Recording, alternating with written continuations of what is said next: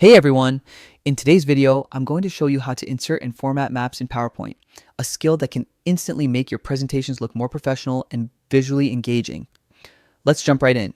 First, open PowerPoint and navigate to the presentation you want to work on. If it's already open, perfect. If not, locate your file and open it.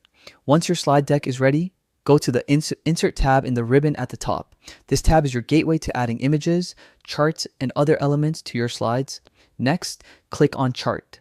Here you'll see a variety of options, but today we're focusing on map charts.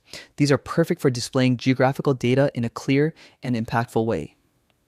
From the chart options, select Map and then choose Filled Map. This type of map highlights regions based on your data, making it easy for your audience to understand patterns at a glance. Click OK and your map will appear on the slide. Now comes the fun part, customization. You can adjust the data to show the information that matters most, change colors to make key regions stand out, and modify labels to provide context. These tweaks not only make your map visually appealing, but also help your audience grasp your message quickly. Don't be afraid to experiment until it looks just right. And that's it. With just a few clicks, you've added a dynamic, fully formatted map to your presentation.